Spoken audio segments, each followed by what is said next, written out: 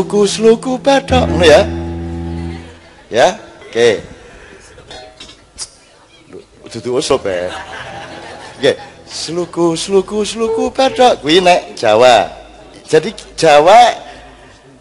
Jawa, Arab, Barat, India semua itu kan asal usulnya satu.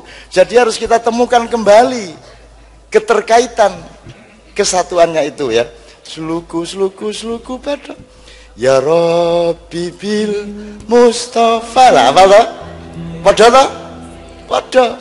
Jadi dhisik endi? Lagu sluku bathok apa cara Bibil Mustafa? Nah. Oke, aku njaluk intro nih. Terbang, biola dan seterusnya. Iki wis suwe ora dilantunkan Kiai Kanjeng, tapi insya Allah masih hafal. Yuk, sambung hatinya semua yang terlibat. Baik yang bisa bertatapan wajah atau bermuwajahah. Ono sing gak iso ndelok mburi-mburi kono, ono sing di balik tembok, ada yang ndukur wit. Ono sing sak piturute lah ya. Semua yang di jalan sebelah sana, termasuk yang nanti resikonya ini nanti kan susah untuk tidak ditayangkan oleh, kalau di Jogja oleh ADTV, TV-nya Muhammadiyah, dan kalau ya kalau nasional lewat lewat kalau YouTube itu kan akhirat ya, maksudnya oleh TV 9, TV-nya Nahdlatul Ulama dan Aswaja. Dan tayangan kita ini ada bahayanya. Jadi apa yang saya ucapkan, apa yang terjadi di sini, yang wajar menurut kita, karena kita bareng-bareng seduluran langsung, itu begitu ditonton di TV, mungkin orang yang nonton di TV ada yang merasa tidak cocok, karena dia tidak berada di dalam kegembiraan seduluran bersama ini. Gitu ya. Jadi saya mohon maaf kepada teman-teman yang nanti nontonnya tertunda di YouTube, apa di TV 9, apa di Aswaja, apa di ADTV. Tapi yang saya gembira adalah bahwa TV Muhammadiyah maupun TV Nahdlatul Ulama menayangkan acara Kiai Kanjeng ini terus-menerus di berbagai daerah. Betul. Kegembiraannya dua, bukan karena kita ditayangkan gembira, enggak. Kalau boleh jangan ditayangkan, cuman kan kita enggak bisa mengelak. Kegembiraannya ada dua, yang satu baik NU maupun Muhammadiyah tidak ada masalah dengan kita semua. Kan gitu ya. Karena saya dari dulu yakin bahwa orang Muhammadiyah itu harus berhimpun dalam NU. Dan orang kalau sudah NU itu harus Muhammadiyah. Bingung ya arek ini. Maksud saya, Muhammadiyah itu sifat Muhammad. Orang yang mensifati dirinya dengan Muhammad, bahasa Arabnya Muhammadiyah. Nah, orang yang sudah mensifati dirinya dengan Muhammad, biasanya dia adalah ulama-ulama yang berhimpun di dalam Ikatan Ulama Indonesia, atau bahasa Arabnya Nahdlatul Ulama. Jadi ulama NU, Muhammadiyah dan NU janjane mek sapi karo lembu. Asline. Wedhus karo kambing, padha jane gitu ya. Cuman mergo ana kepentingan aneh-aneh ya toh akhirnya dadi kaya-kaya beda, padahal ya padha pitike, padha kebune, padha kan gitu. Jadi saya hidup di dalam kebersamaan Anda semua. Saya tidak melembaga dimanapun saja. Nah, mudah-mudahan pada malam hari ini Allah melindungi semua resonansi dari acara ini sehingga tidak ada yang ganjel dan tidak ada yang bersifat negatif ketika sampai ke tahap resonansi manapun. Amin ya rabbal alamin. Nah, sebelum saya mohon kepada beliau-beliau satu persatu, karena beliau harus segera pulang juga nanti, saya mohon awalnya Mbak Alisa dulu, harapan sampean apa untuk acara pada malam hari ini? Nanti baru kalau kita nanti agak mendalam tentang Gus Dur, baru sampean nanti bicara panjang. Tapi saiki harapan sampean tentang acara malam hari ini hubungan karo Gus Dur opo? Terus yang sampean harapkan nang arek-arek iki ya opo? Pohon-pohon yang rindang itu daunnya mulai menguning dan akan mengalami kekeringan tuh daun-daun, dan segera akan tanggal satu persatu dari tangkainya. Kemudian akan menyatu dengan tanah. Dan kemudian ketika daun-daun kuning ini tanggal, dan mulai 2016 ini akan bertanggalan, berguguran, ya, sudah ada persemaian kecil, ijo-ijo cilik-cilik di dahan-dahan itu, yaitu Anda semua yang merupakan daun-daun masa depan Indonesia Raya. Ini ya, masih di bawah 20 tahun loh Mbak, di 20 tahun. Yang tadi akan ngomong Gus Dur tadi siapa? Sampean sama Sama siapa? Yang 2 orang tadi, sama sampean ya? 2 orang, oke. Yang laki-laki sini sama sana ya tadi ya. Yang laki-laki tolong sebutkan identitasnya, nanti siapkan identitas kuliahnya apa kerjaannya. Kalau yang perempuan ditambah nomor handphonenya. Digawe mburi-mburimu gue loh, mburi-mburimu gue loh. Oke, Mbak Alisa, saya nyuwun sewu maju bareng 1 langkah. Harapan panjenengan, monggo. Assalamualaikum warahmatullahi wabarakatuh. Bismillah, walhamdulillah, wassalatu wassalamu ala rasulillah Sayyidina Muhammadin ibni Abdillah wa ala alihi wa sahbihi wa man tabi'ahu wa walah wala haula wala quwata illa billah, amma ba'd. Yang saya hormati Sohibul Bait, Sohibul Hajat, Kiai dan Bunyai Muhaimin, karena ini seringnya Kiai disebut Bunyai, enggak itu. Padahal yang dongani Bunyai nggih.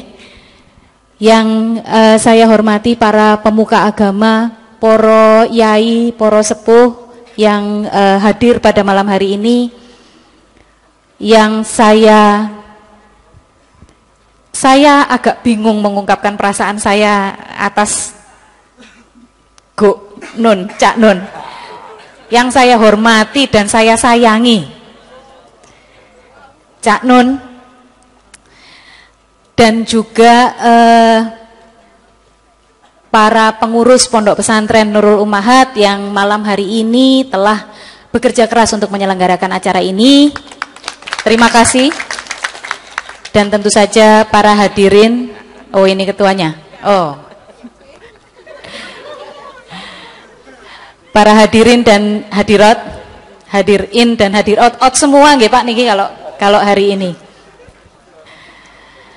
Pertama-tama saya ingin menyampaikan salam dari keluarga Ciganjur, Ibunda Bu Sinta Nuria Abdurrahman Wahid, yang tadi pagi beliau saat ini sedang berada di kereta kembali dari Kuningan, karena tadi pagi juga ada acara Hall Gus Dur di Kuningan. Beliau mengirimkan salam untuk Pak Yai dan Bu Nyai, Cak Nun, Mbak Via, dan juga semuanya yang ada di sini. Kami ingin mengucapkan terima kasih kepada semua yang hadir. Mengapa? Karena malam hari ini keluarga kami adalah keluarga yang sangat berbahagia, karena banyak orang berkumpul hari ini. Adik-adik semua berkumpul di sini untuk mendoakan, mengirimkan doa bagi almarhumlah Gus Dur ayahanda kami. Bagi kami sekeluarga, ini kehormatan yang jauh lebih besar daripada gelar pahlawan nasional. Mengapa? Karena gelar pahlawan nasional itu gelar materi, gelar duniawi. Tapi doa itu sangu untuk menghadap Allah Subhanahu wa taala. Moga-moga doa-doa yang panjenengan kirimkan semuanya itu kemudian bisa menjadi kesaksian betapa ayahanda kami ini adalah orang yang baik, adalah orang yang memberikan manfaat untuk masyarakat. Jadi terima kasih yang sedalam-dalamnya dari kami sekeluarga. Yang kedua, kalau ditanya harapan saya, Cak Nun, ini ngomong-ngomong saya ini paling dredeg kalau harus bicaranya bareng sama Cak Nun gitu. Wah, ini kalau tadi Gus dan Guk, saya ini terus apa gitu, anak bawang kalau urusan panggung. Tapi juga malam hari ini saya senang karena acaranya justru sangat cair, tapi kalimat-kalimat yang tersampaikan adalah kalimat-kalimat yang penuh makna. Saya tadi mau nangis loh waktu Cak Nun mengatakan bahwa anak-anak muda mulai bersemi. Kenapa? Karena di dalam tadi saya baru sambat, saya baru mengeluh ke Cak Nun. Ini Indonesia ini mau dibawa kemana? Masalah kok nggak entek-entek. Nengok kiri masalah, nengok kanan masalah. Sebelum itu saya ngomong dengan Pak Marzuki Kurdi, rakyat ini loh kok kalah terus. Kok selalu yang menang itu orang-orang yang punya kekuasaan tetapi melupakan prinsip tasarruful imam al-ra'iyah manutun bil maslahah. Justru keputusan atau kebijaksanaan pemimpin itu harus diperuntukkan bagi kemaslahatan umat. Kok itu dilupakan? Dan ini adalah kaidah yang selalu diulang-ulang oleh Gus Dur. Beliau itu waktu di istana, beliau itu ngotot sekali sebetulnya tidak mau mengalah kepada DPR. Memorandum 1, beliau ngotot. Kalimatnya begini, mayoritas kalau salah ya salah gitu. Waktu itu. Karena kita mengatakan bahwa DPR itu orangnya banyak, bagaimana mungkin seorang Gus Dur walaupun presiden tapi kan sendirian. Mayoritas kalau salah ya salah. Karena prinsip kebajikan itu tidak bisa diukur dari mayoritas minoritas. Tapi kenapa kok pada titik yang paling genting itu beliau memutuskan untuk ya sudah besok saya keluar dari istana. Sangat sederhana, waktu itu beberapa kiai sowan ke istana menyampaikan ini sudah ada 3.000 pasukan berani mati yang sudah sampai di Jakarta siap membela Gus Dur. Waktu itu di depan istana, saya hamil waktu itu, hamil 9 bulan, di depan istana itu toa 2 yang satu isinya orasi mengkritik Gus Dur, sebelahnya istighosa.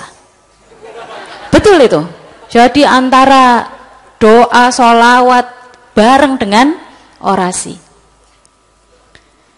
Justru pada saat disampaikan kepada Gus Dur bahwa sudah ada 3.000 yang masuk berada di posisinya di pondok-pondok pesantren sudah di Jakarta, dan ada puluhan ribu yang sedang bergerak dari pinggir timur Pulau Jawa menuju Jakarta untuk siap membela Gus Dur. Beliau justru memutuskan untuk meninggalkan istana, pulang kembali menjadi rakyat. Waktu itu kami bertanya, kenapa Pak? Dan beliau menjawab, tidak ada kekuasaan satupun yang layak dipertahankan dengan pertumpahan darah rakyat. Lah kok sekarang kita melihat rakyatnya disuruh tumpah darah. Begitu. Jadi ini saya tadi sambat kepada Cak Nun sebagai senior saya, sebagai kakak, sebagai orang yang dulu berjuang bersama-sama dengan Gus Dur. Dan kemudian Cak Nun mengingatkan, ini loh anak-anak muda banyak. Ini masa depan kita. Makanya harapan saya Cak Nun, malam hari ini kalau kita mengkaji Gus Dur, maka kita tidak mengkaji untuk memuja-muji, tetapi justru untuk mengambil inspirasi dan kemudian mengambilnya, menyerapnya dan menjadikannya bagian dari diri kita sehingga besok kita bisa berjuang sesuai diri kita masing-masing. Karena kalau disuruh, banyak orang sering ngomong begini, wah ya kalau menjadi Gus Dur itu susah, berat.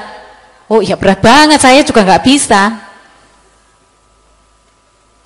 Tetapi mengambil inspirasi itu berbeda dengan meniru. Jangan sampai nanti adik-adik ini meniru nyelenehnya tok, tapi prinsipnya nggak dapet. Ya, karena semuanya ada prinsipnya. Orang mengatakan bahwa Gus Dur itu selalu membela agama lain. Gus Dur itu selalu membela orang Tionghoa. Gus Dur tidak membela kelompok. Gus Dur tidak membela orang Tionghoa. Gus Dur tidak membela kelompok agama manapun. Gus Dur sedang berusaha menegakkan Al-Maidah ayat 8. Menegakkan apa? Keadilan. Itu yang beliau perjuangkan. Bagaimana menegakkan keadilan terhadap siapa? Nggak pakai koma. Keadilan kalau menguntungkan saya. Bukan. tapi ya keadilan betul-betul. Jadi kalau kita dapat nyelenehnya tapi nggak dapat prinsip keadilannya, ya susah. Dan bukan itu yang kami harapkan, dan saya yakin bukan itu yang Gus Dur, karena Gus Dur nggak suka dipuja-puji. Gus Dur sukanya dinyek ya, Cak Nun itu yang paling tahu lah. Kalau soal nyek-nyekan dengan Gus Dur, Cak Nun jagonya. Ya, nanti moga-moga nanti ada cerita-ceritanya tentang itu. Yang saya dengar langsung itu Gus Dur dengan Pak Jaya Suprana. Gus Dur pakai cincin ake besar gitu, warnanya hijau gitu. Belum zaman ake-ake loh ya. Sudah nganu ternyata mendahului tren. Terus Pak Jaya komentar, "Gus, kok pakai cincin batu segala, Gus? Itu cincinnya ada anunya ya, ada isinya, ada magicnya. Biar Gus Dur gimana gitu." Kemudian Gus Dur menjawab, "Ini tuh cincin dikasih kiai, saya suruh pakai ya saya pakai, Pak. Kalau saya ya, kalau batu itu ya apa, saya nggak butuh batu." Jawaban Pak Jaya, "Ayo jelas saja kalau Gus Dur nggak butuh batu, wong sudah punya kepala batu." Gitu. Nah itu yang seperti itu Gus Dur senang. Jadi Gus Dur tidak perlu dipuja-puji. Kita yang punya kepentingan untuk mengambil teladan. Dan Gus Dur beliau memang salah satu guru kita, tetapi beliau itu lebih banyak juga mengaji dari guru-gurunya. Kalau membaca buku-buku atau tulisan-tulisan yang diungkapkan Gus Dur, banyak sekali yang beliau mengambil dari guru-gurunya. Kenapa beliau kok begitu tolerannya? Ya karena Mbah Hasyim Asy'ari, Mbah Wahab Hasbullah, Mbah Bisri Sansuri ketika menetapkan prinsip aswaja Ahlussunnah wal Jamaah Ahmadiyah, itu ada di situ prinsip tasamuh, tawazun, tawasud. Itu bukan karangan. Kalau Gus Dur toleran karena mbah-mbahnya toleran. Kalau Gus Dur memperjuangkan cinta Indonesia, ya karena ada resolusi jihad. Kurang apa?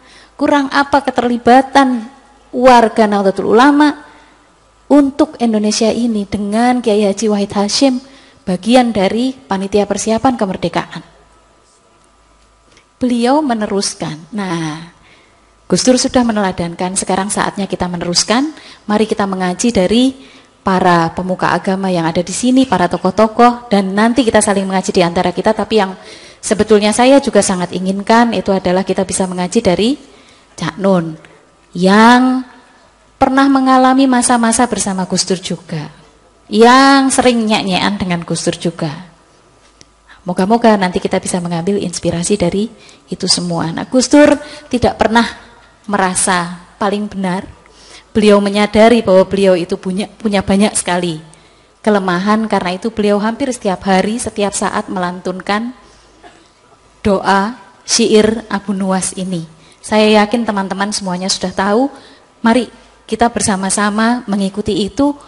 Mas, saya minta tolong nggih. Lunyu. Sing gurung rezekine jek angel digampangno Gusti Allah, ya.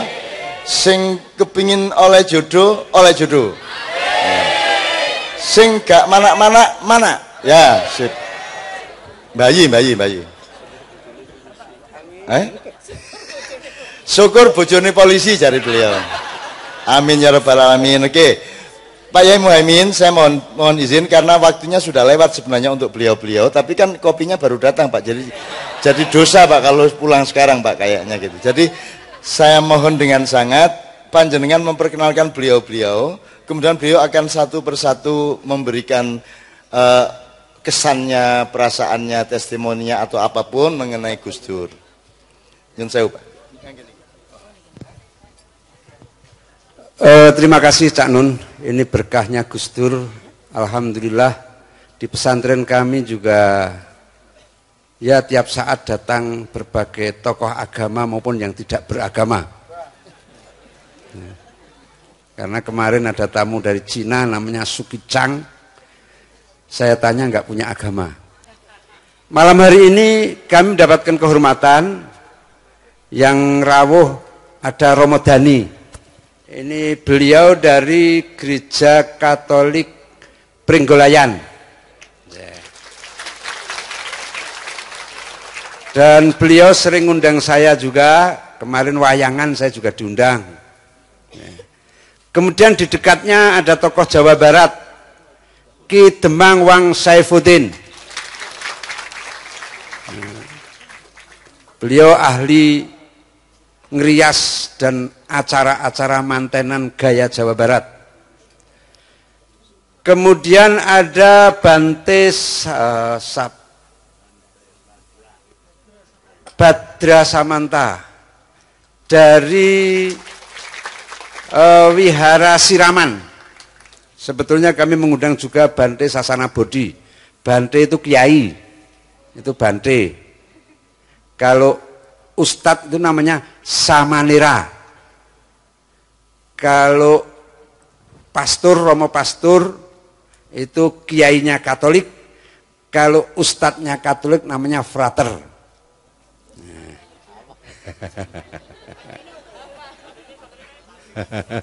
Kalau kamu itu bukan santri, sontrot.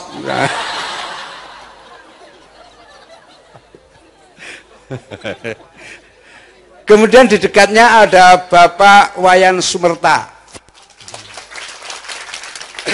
Beliau tokoh PhD dan mungkin sudah lebih dari 20 kali berkunjung ke pesantren saya.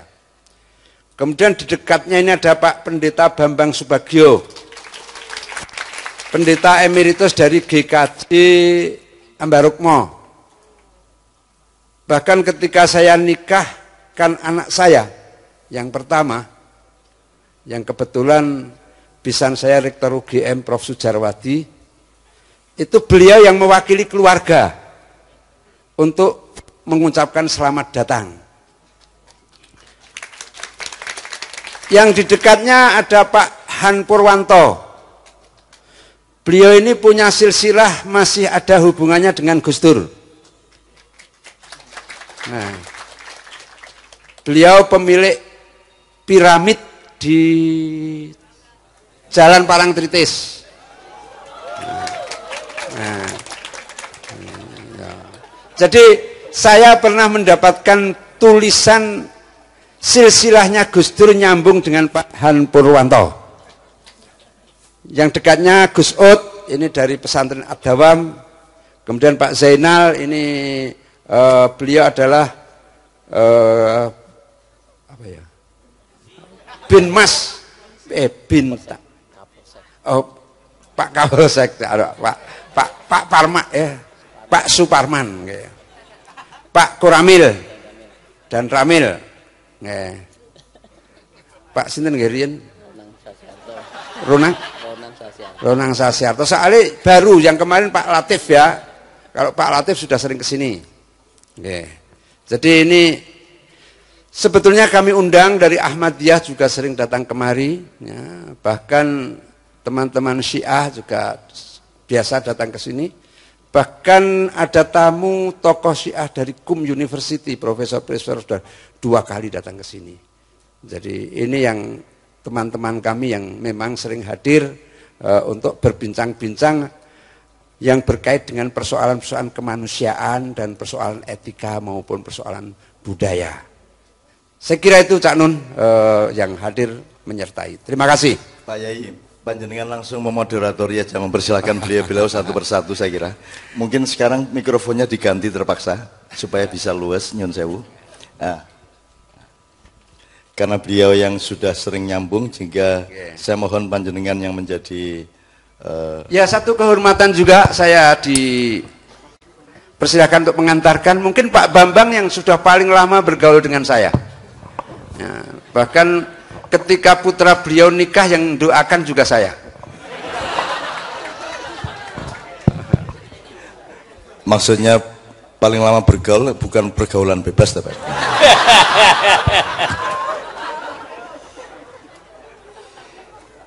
Assalamualaikum warahmatullahi wabarakatuh. Bagi yang beragama Hindu saya ucapkan Aum Swastiastu. Bagi yang beragama Buddha saya ucapkan Namo Adi Buddhayo. Bagi penghayat Sunda Wiwitan saya ucapkan Sampurasun Bagi umat Kristiani saya ucapkan Evenu Shalom Alaihim.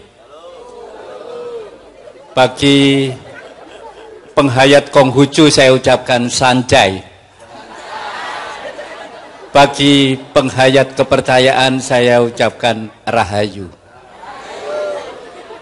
Saya mengucapkan salam ini dengan tulus ikhlas, mengingatkan bahwa salam sebenarnya bukan sekedar greeting, tetapi tekad atau komitmen umat beriman untuk mewujudkan kehidupan yang damai sejahtera, mewujudkan santi, sadu, salam, shalom, rampes, sampurasun, dan Rahayu Sancai. Itu sebetulnya bukan sekedar basa-basi, tetapi kita benar-benar setiap kali kita berjumpa mengucapkan salam, mengucapkan santi, itu kita bersama-sama mempunyai perjuangan untuk mewujudkan tata kehidupan yang damai sejahtera.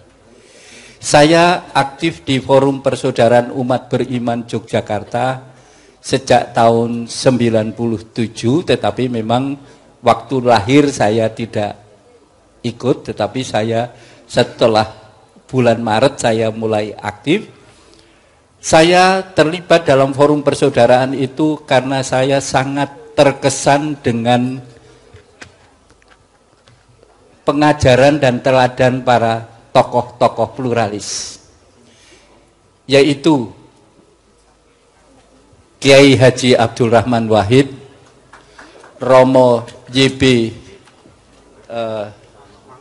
Mangun Wijaya, Ibu Gede Gedong, Ida Bagus Gedong Uke, dan yang masih hidup sekarang Biku Panyavaru Mahatera. Beliau benar-benar memberikan inspirasi untuk benar-benar menghayati kehidupan iman dalam kesalehan yang memperjuangkan tadi Bu Alisa mengatakan keadilan dan kebenaran. Karena dengan tegaknya keadilan dan kebenaran itulah kita akan dapat menikmati santi, sadu, salam, shalom, dan sebagainya. Oleh karena itu saya berharap, ya sebenarnya doa ini lebih pada tekad kita untuk mengikut teladan. Karena saya yakin para tokoh-tokoh yang sudah dipanggil Tuhan itu mesti sudah husnul khotimah.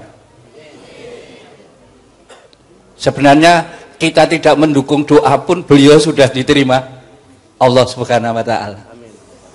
Tetapi kita berdoa itu sebenarnya kita membangun tekad untuk mengikut teladannya, sehingga perjuangan beliau bisa kita lanjutkan. Sekian, terima kasih. Ya. Saya ingin merespon.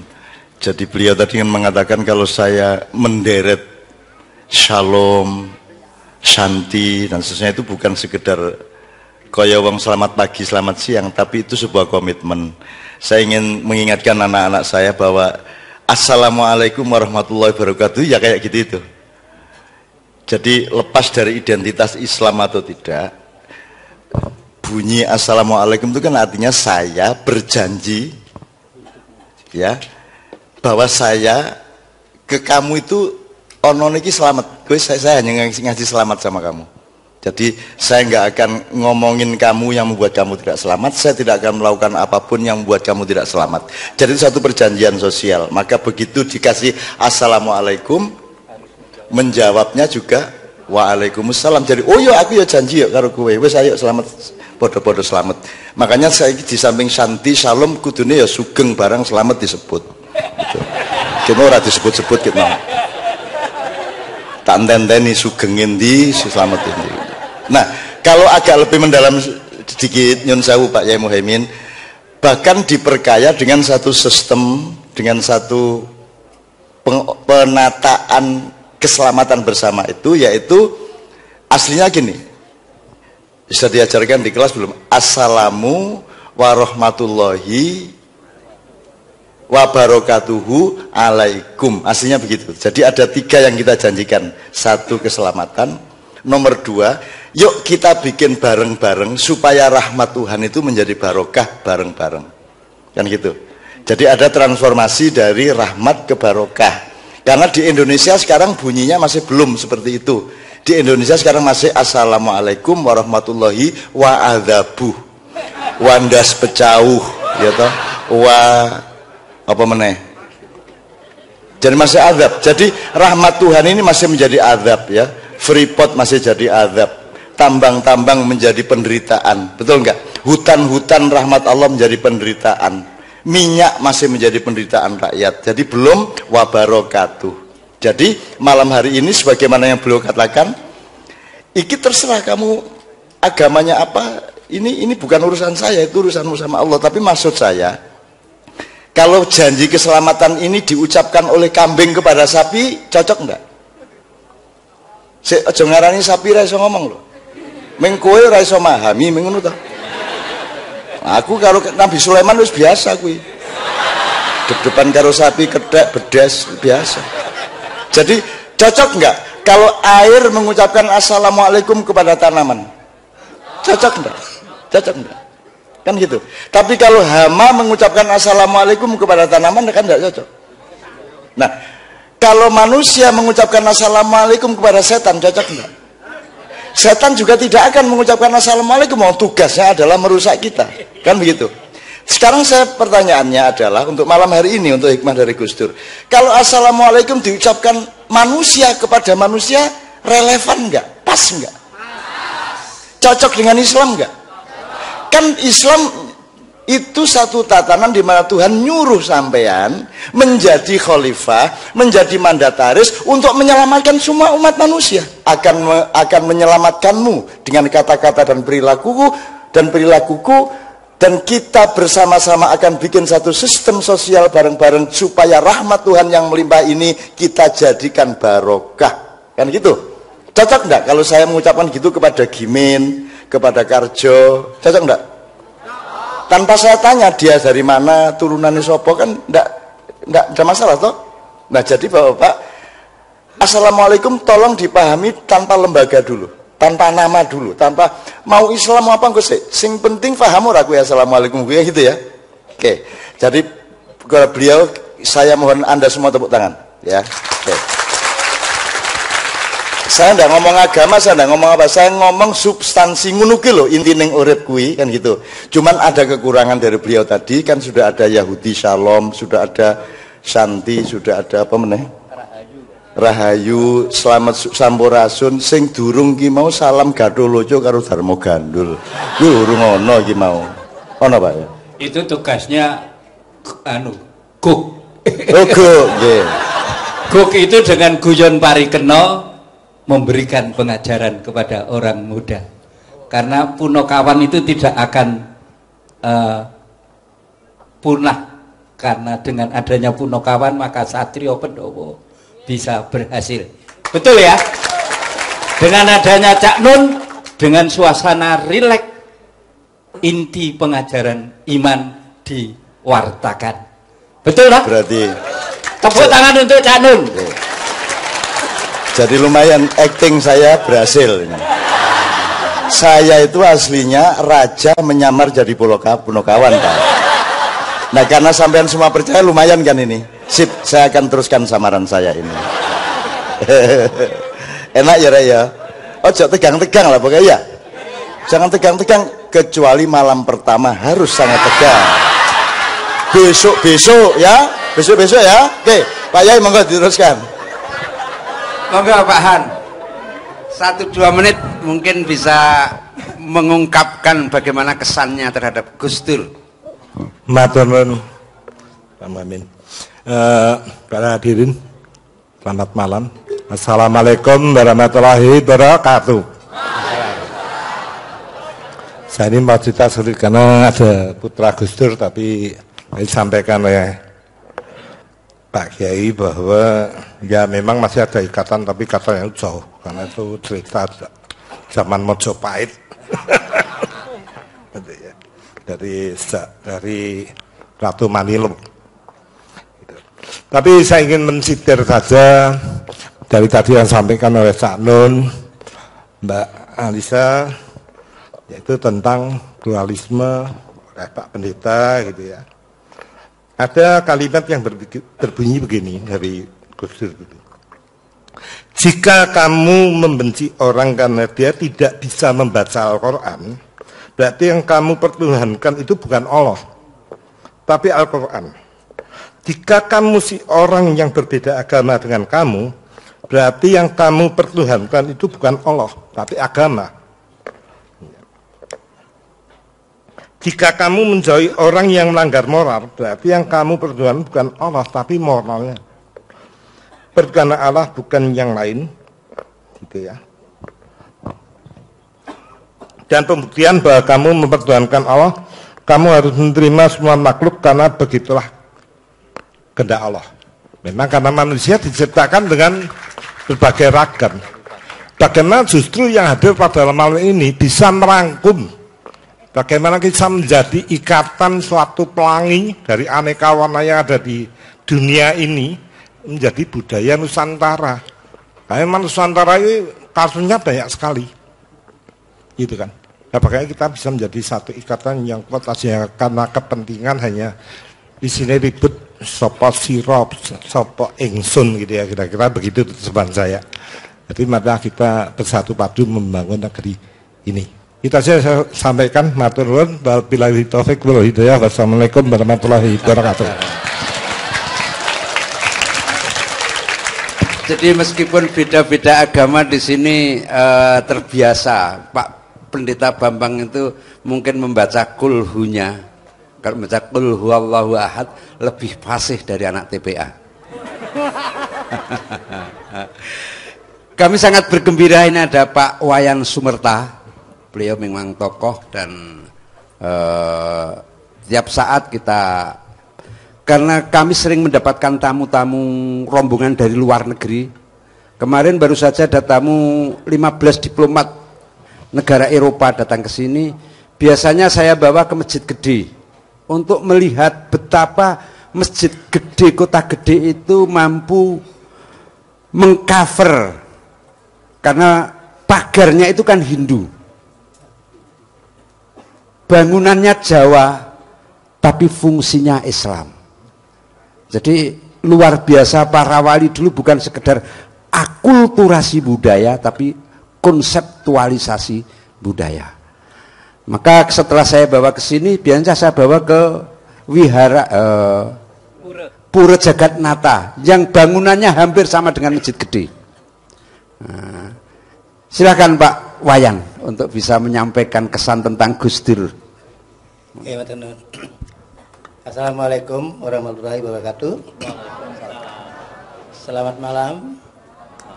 Salam sejahtera. Om Swastiastu. Om Swastiastu.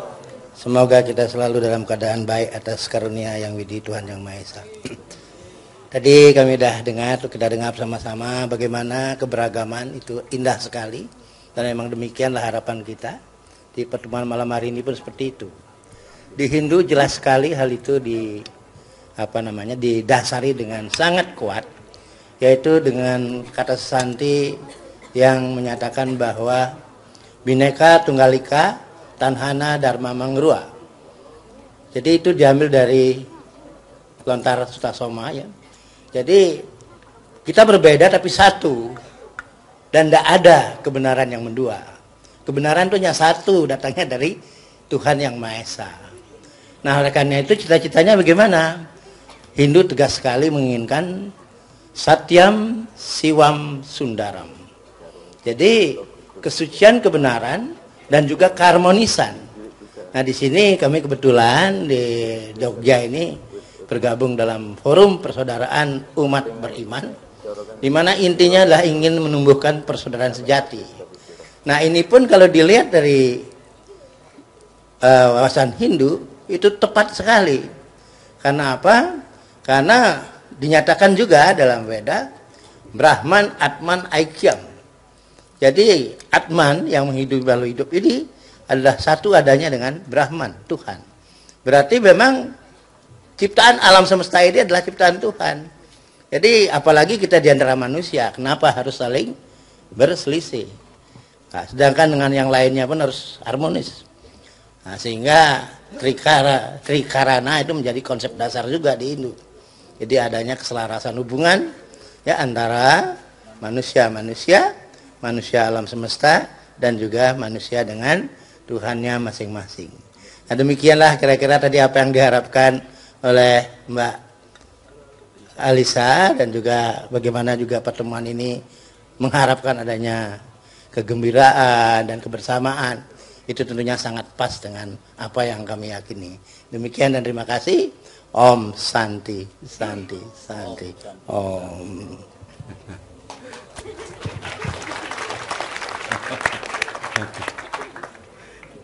Jadi ternyata semua punya cita-cita untuk damai ya, dan itu cita-cita final dari agama yang diturunkan oleh Tuhan kepada kita. Kami berterima kasih ada Bante Samanta, lupa saya namanya. Monggo Bante, panjenengan. Ya, terima kasih. Nah, Assalamualaikum warahmatullahi wabarakatuh. Namo Sang Hyang Adi Budaya, Namo Buddhaya. Namo Sang Hyang Adi Budaya ini tidak jauh beda. Sang Hyang Adi Budaya ini tidak jauh beda dengan Gusti Allah. Jadi kalau seandainya saya mengucapkan Namo Sang Hyang Adi Budaya, berarti saya memujikan Gusti Allah. Maksudnya saya berharap, saya berdoa semoga kita semua yang berada di sini berada dalam bagusing ati, akale lan polai Gusti Allah. Bagusing ati, akal lan polai. Bagus atine, akale polai itu ciri-ciri orang yang sudah harmonis. Harmonis antara pikiran, hati, ucapan dan perbuatan. Nah, di sini saya sangat merasa bahagia luar biasa, suasana yang luar biasa. Saya mendapat inspirasi bahwa orang-orang yang berada di belakang saya yang memakai seragam putih ini adalah para yogi yang luar biasa. Para yogi yang luar biasa. Yogi adalah mereka yang berusaha untuk menyelaraskan, mengharmoniskan antara hati, pikiran, dan laku, perbuatan. Mengapa mereka menjadi inspirasi? Musik kalau dimainkan oleh orang-orang yang tidak bisa menyelaraskan dirinya dengan orang lain, bisa atau tidak? Susah sekali. Makanya pada malam hari ini, melalui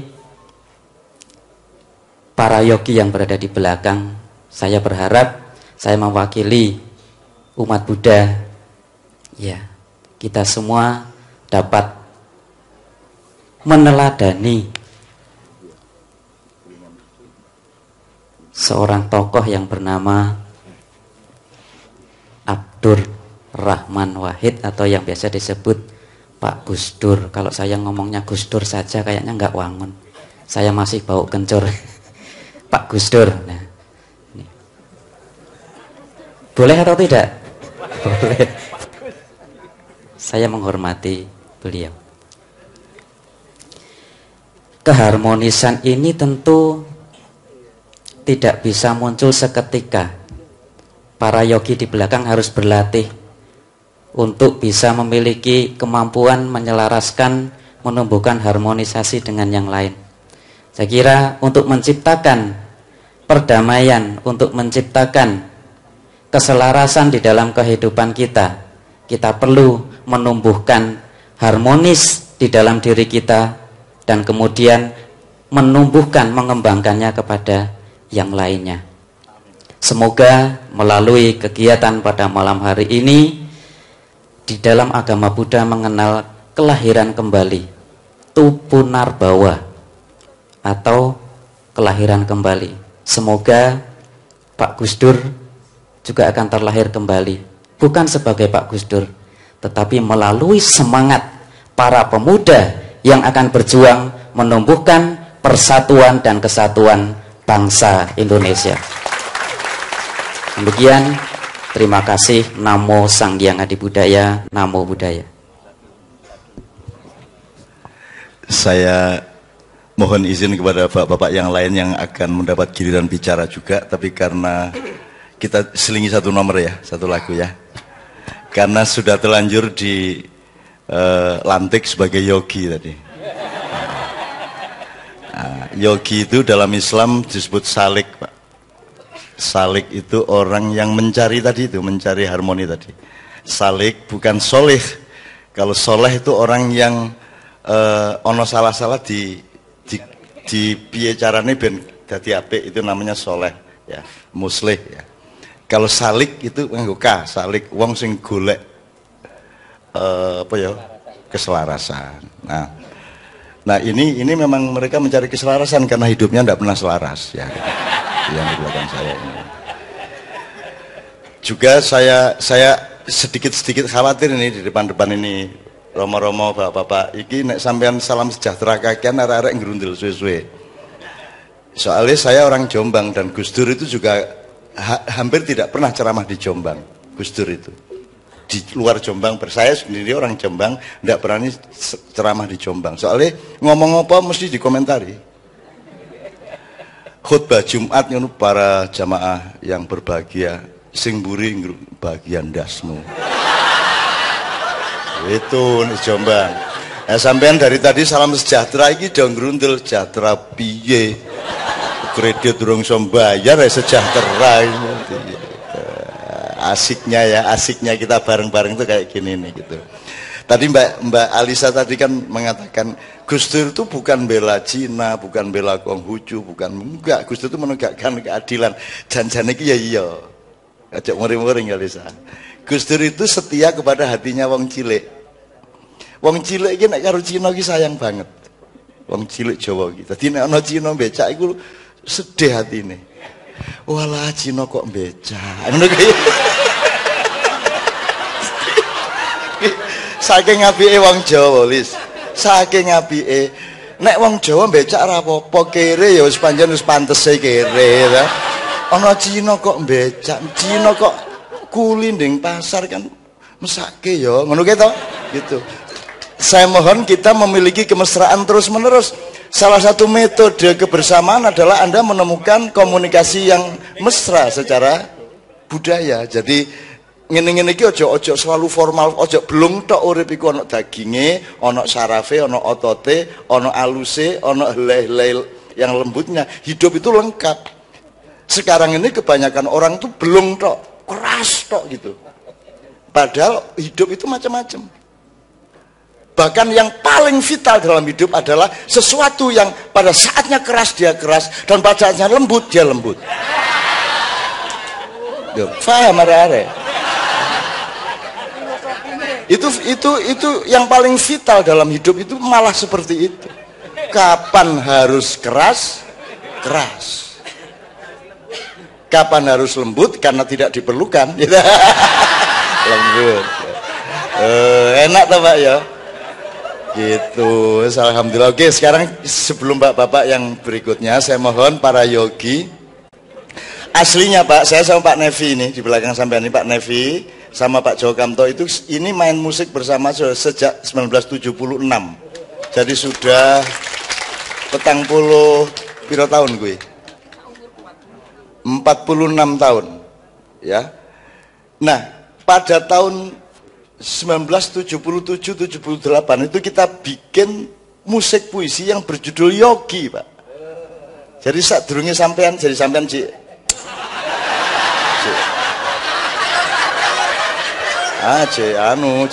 Umbelen. Jadi waktu itu kita bikin musik Bali, syairnya judulnya Yogi.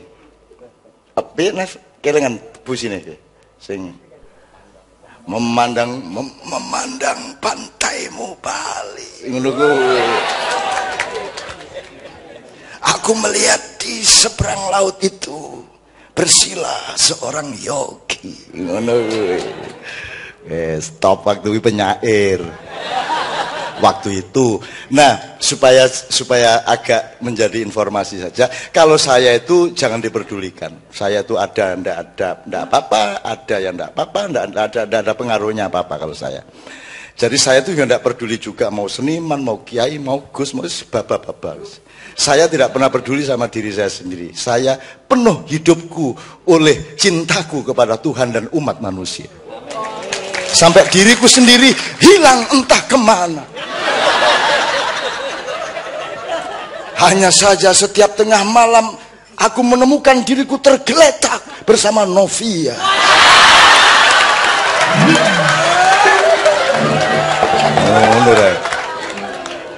Nah sampean tak kandhani timbangane bingung nyeluk Pak Gus Dur. Aku ya diceluk Pak Cak Nun barang gitu. Tapi jundrungnya itu begini. Jadi Gus itu panggilan kultural. Jadi kalau di keraton itu, kalau sampean dulu di Jogja, dari merantau ke Jogja, semua orang yang jualan di pinggir jalan atau di kampung kan manggilnya Den. Jadi kalau urusannya itu aristokrasi keraton, manggilnya Den, dari kata Raden. Kalau aristokrasinya itu pesantren, Pak Yai kan dihormati sebagaimana raja, maka panggilannya Gus, dari bagus. Jadi anak kiai lahir cepret itu wis langsung Gus. Itu aslinya. Lah bapak saya bukan kiai. Bapak saya petani, duwe kebo, sapi, wedhus, jaran, bedes, sapi turute, maka saya dipanggil Gus. Saya tidak pernah dipanggil Gus sampai hari ini. Nah, untuk soal Gus ini sekarang sudah menjadi ikon di mana-mana, tapi tidak pernah difahami sejarahnya. Aslinya di pesantren, Gus itu anak kiai. Nanti dia dididik nyantri kepada bapaknya, mbahnya sendiri. Begitu dia bisa kitab kuning, kemudian bisa mulai mulang ngaji setelah Isya, dia mulai bukan Gus lagi. Kalau begitu bisa ngajar ngaji disebut Yai. Bukan Kiai, Yai. Jadi buyutnya Mbak Alisa itu disebut Mbah Yai Hasyim Asy'ari, itu Mbah Kiai. Kiai itu dari Jawa Tengah. Karena orang Jawa Tengah itu semua dikasih Ki. Orang yang dihormati disebut Ki Hajar Dewantoro. Siapa lagi? Ki Bot, Ki Anom Suroto. Ya, sapi turute ya. Oke. Nah, begitu ada seorang yai datang dari Jawa Timur mengajar di Jawa Tengah, dia disebut Kaiki Sopo. Oh, Kaiki Yai, akhirnya jadi Kiai. Nah, karena Jawa Tengah dulu adalah punya Jogja, Jogja adalah ibu kota Republik Indonesia, maka mainstream bahasa berasal dari sini dulu sebelum Betawi. Maka kata Kiai lahirnya dari sini dulu. Itu karanganku. Enak kamu nggak percaya diteliti. Lah kamu nggak mau neliti, kalau saya ngomong marah. Makanya teliti toh. Kan gitu ya. Kiai itu lahirnya Kiai kalau di Jogja adalah seseorang disebut Ki Hajar Dewantoro tadi, terus ada Yai datang disebut Kiai. Nah, Kiai yang di Jawa Timur lain, bukan sama dengan Jawa Tengah. Di sana itu Jombang terutama itu separuh santri Kiai, separuh maling gendho. Jadi antara anak kiai sing kurang ajar ya akeh ya Mbak Lisa. Sing dadi anak kiai sing dadi preman ya oke. Nah, tapi rakyat kan tetap menghormati anak kiai. Betul enggak? Suatu hari ono kendurenan, sunatan, mantenan, dilalah anak Pak Kiai sing ora nyantri, yaitu sing gendho preman kuwi mau, liwat langsung dijaluk ndongani. Ngono ceritane. Padahal dhek ora iso ndonga. Akhirnya dia dikongkon kiai. Ngono. Kiai itu. Terus yang sebelahnya kiai.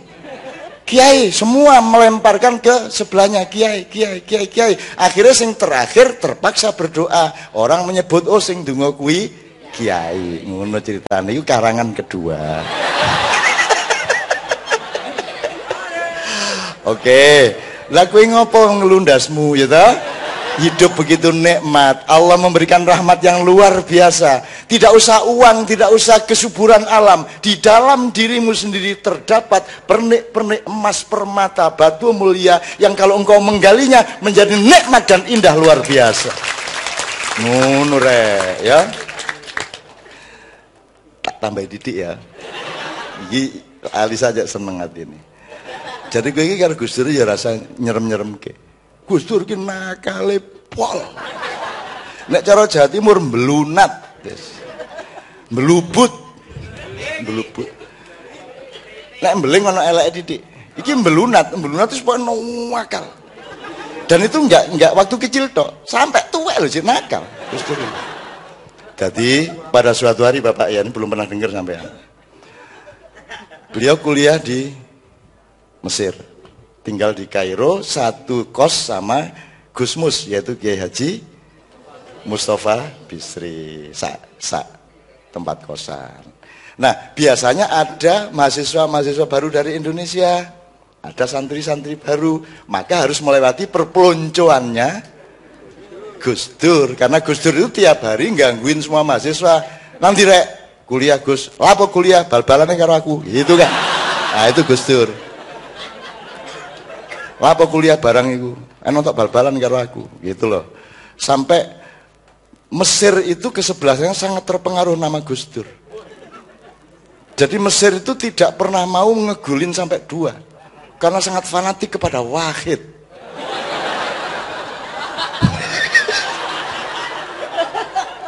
Wahid, satu. Beneran nih gue, karanganku. Oke. Datanglah yang kemarin menjadi kiai besar dari Gontor, yaitu Kiai Haji Syukri Zarkasi. Datang arep kuliah ning Al Azhar Kairo dan harus sowan kepada sesepuh. Siapakah sesepuhnya? Kiai Haji Abdurrahman Wahid. Kan gitu, begitu medaya Gus nyuwun sewu kula nuwun assalamualaikum. Loh, Syukri ta? Nggih Gus. Oh alah, kate kuliah ndek kene ta le? Nggih. Ingin mlebu lungguh. Terus ditemui sama Gus Dur. Terus Gus Dur bengok, Mus. Godhokno wedang, Mus. Iki ana daya iki lho. Nggih. Oh nggih, gitu kan. Wis Gus Mus bikin kopi nggodhok wedang. Gitu kan? Terus sambil Gus Mus nggodhok wedang di dapur, Gus Dur marani njupuk gelas untuk kopinya nanti.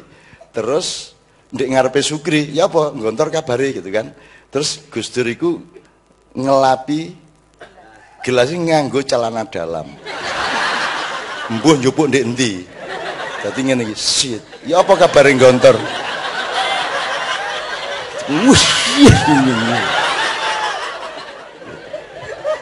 Sukri ngene. Sae Gus. Ya tapi gini, ya apa iki? Iki mesti kate disugon aku iki. Lah kok nganggo kathok cendak iki. Gitu. Guys, pokoke terlenger sik iki disep ngene iki. Dan Gus Dur dengan dingin. Ya apa? Lah Abah piye Abah? Apa sehat? Nggih sehat ngono ya. Santrine Gontor pira saiki? Es. Tiba-tiba Gus Mus teriak, Gus Dur niki pun umep banyune. Oh ya, terus Gus Dur ke dapur. Di dapur kira-kira 3-4 menit diseduk apa jenenge diracik ya, terus Gus Dur nggawa gelas njukuri lepek, terus diaduk karo mlaku karo ngudak kopi nganggo sikat gigi. Sukri ngene lo. Terus wes sak sikat gigine disugone Sukri. Diombe Kri.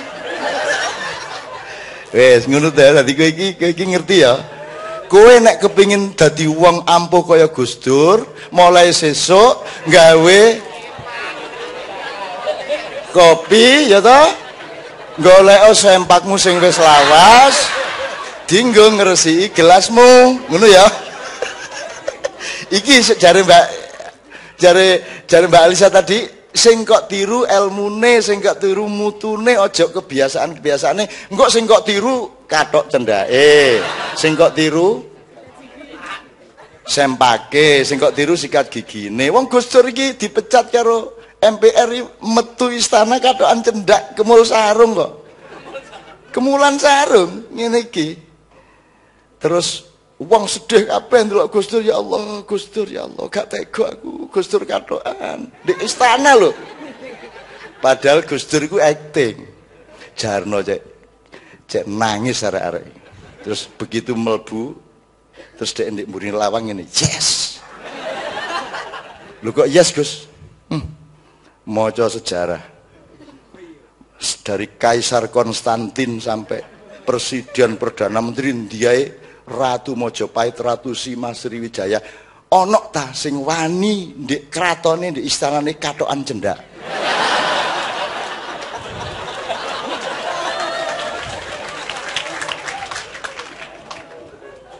Terus ditambahi jajal mega nek wani.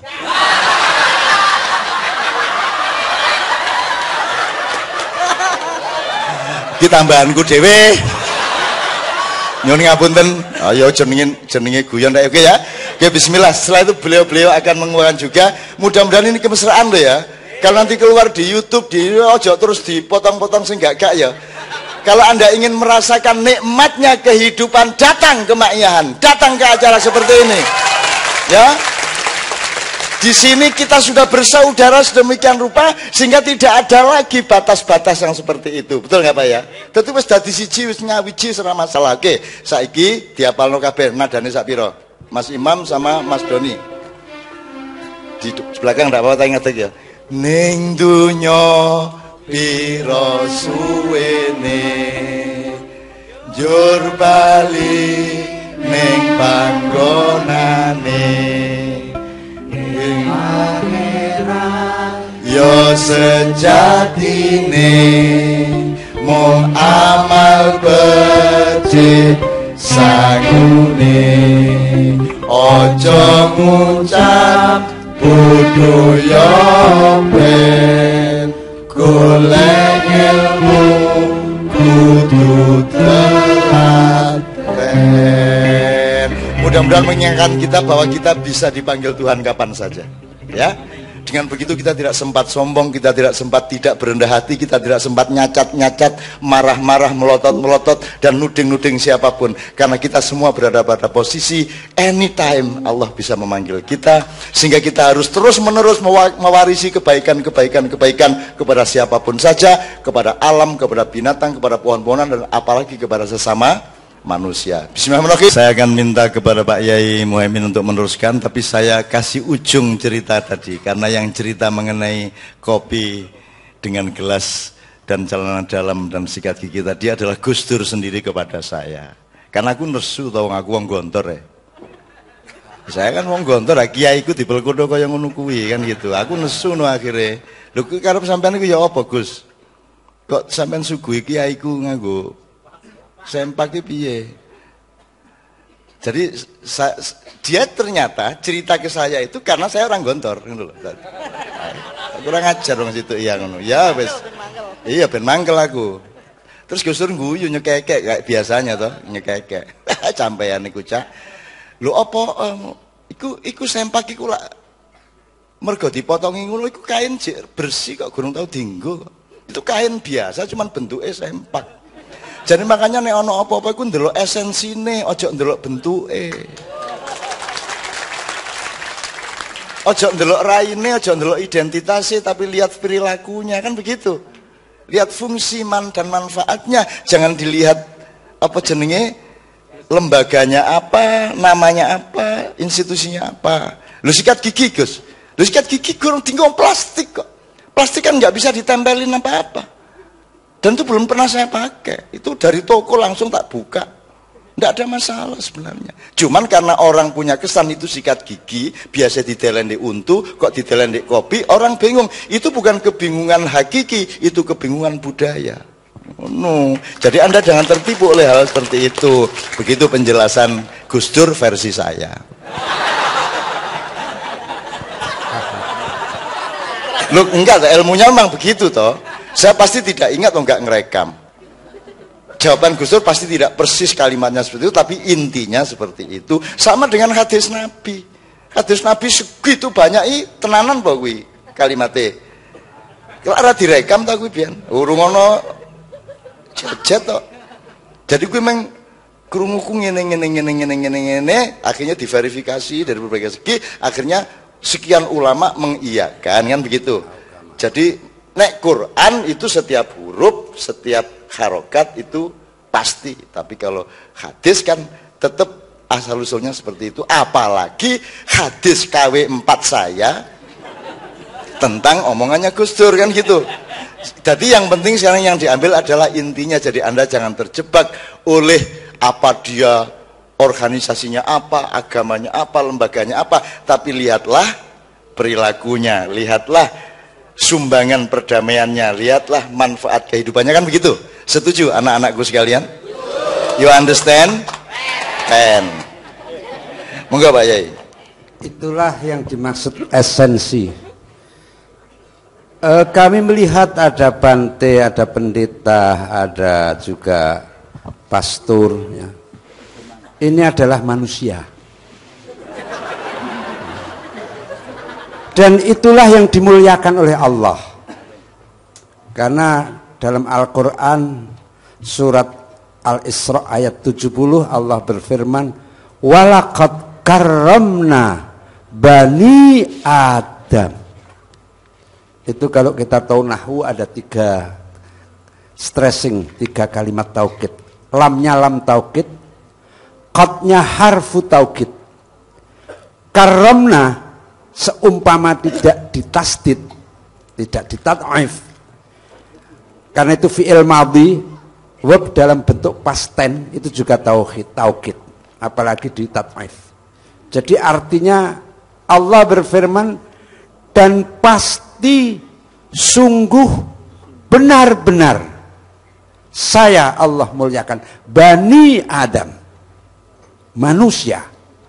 Itulah basis HAM yang paling final dalam Islam. Tidak ada yang melebihi. Maka kami bisa bergaul dengan siapapun manusia karena dia adalah makhluk Tuhan yang diunggulkan. Monggo Romo Dani. Oh, Kidemang, nggih. 2 menit Kidemang. Terpaksa. Sampurasun. Sampurasun itu artinya kesempurnaan bagi kita, bagi ingsun, bukan campur racun.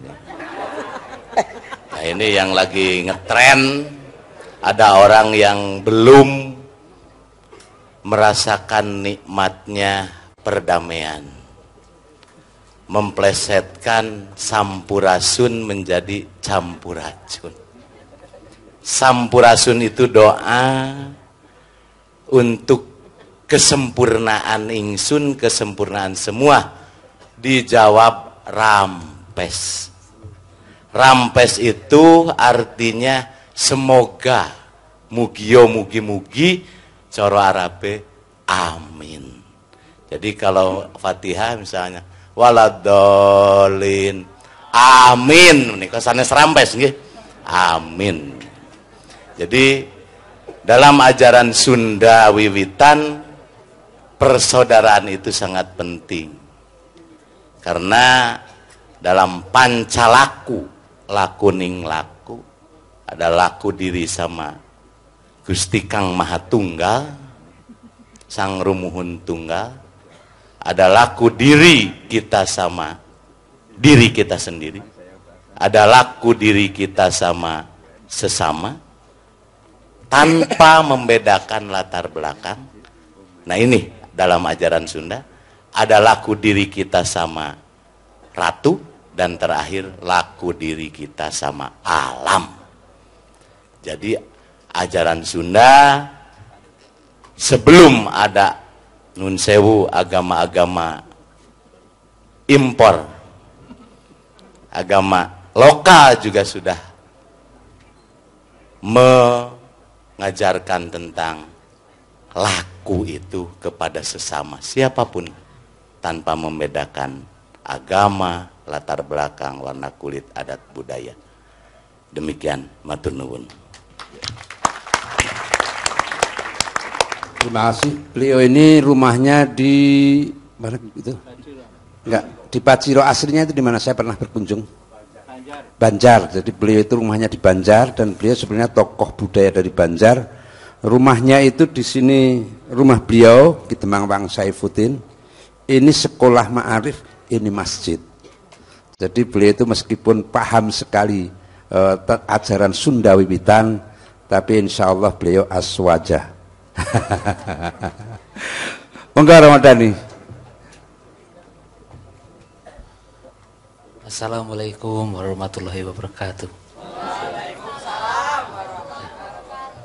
Saya juga ingin mengucapkan salam yang biasa kami ucapkan ketika bersama-sama di gereja. Salam dalam bahasa Jawa, berkah dalem. Berkah itu sama saja dengan rahmat, barokah. Ya, dalem itu menunjuk kepada Tuhan. Maka kalau menyebut dengan berkah dalem artinya berkah Tuhan bagi Anda sekalian. Malam hari ini rasanya saya lebih senang mendengarkan Cak Nun daripada saya harus bicara.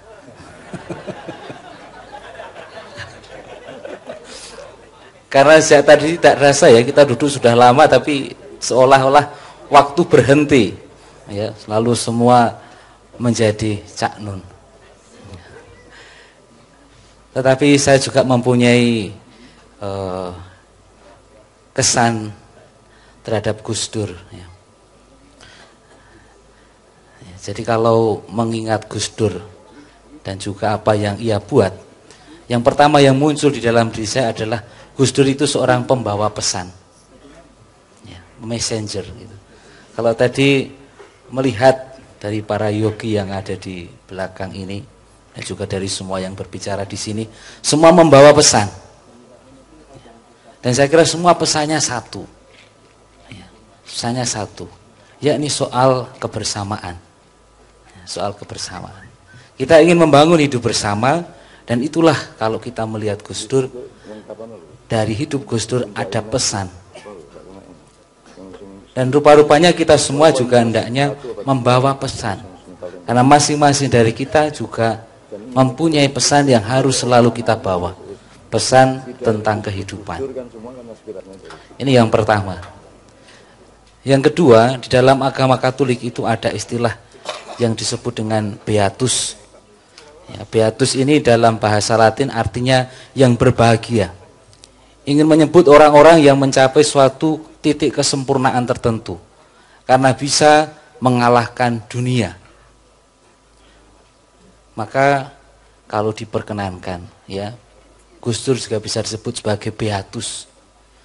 Adalah orang yang mencapai suatu titik kesempurnaan tertentu karena bisa mengalahkan dunia. Kebahagiaannya bukan ukuran duniawi, tetapi ada suatu ukuran di atas ukuran duniawi yang dialami sebagai suatu kebahagiaan sejati.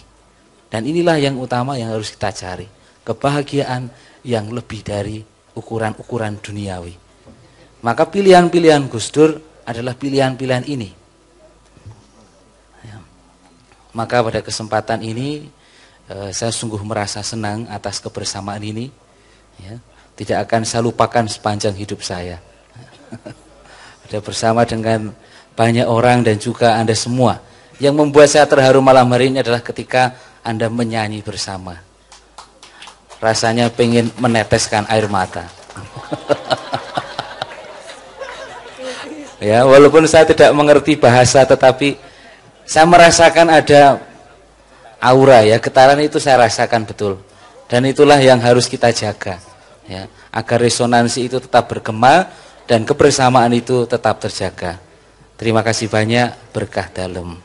Demikian sangat indah kesan-kesan para tokoh agama yang memang selama ini ikut juga menyuarakan pesan-pesan Gus Dur tentang keadilan, kemanusiaan, etika, dan budaya dalam kehidupan yang beragam, yang sering kita katakan yang bineka. Selanjutnya panggung untuk Kiai Kanjeng dan Cak Nun. Terima kasih. Saya senang Yai Muhaimin menyebut mengenai pluralisme ini. Indonesia ini kan salah satu jenis keterpelesetan, kehancuran, keterpurukannya kan epistemologi dan denotasi. Ya, jadi kata itu menjadi tidak terdisiplinkan oleh maknanya. Jadi kabeh kepeleset-peleset, bias-bias. Jadi misalnya kalau boleh jangan bilang pluralisme, kemudian orangnya disebut pluralis. Karena kalau isme itu kan satu keputusan pandangan hidup. Jadi dia sebuah ideologi. Ya pluralisme itu ideologinya Tuhan, bukan ideologi kita.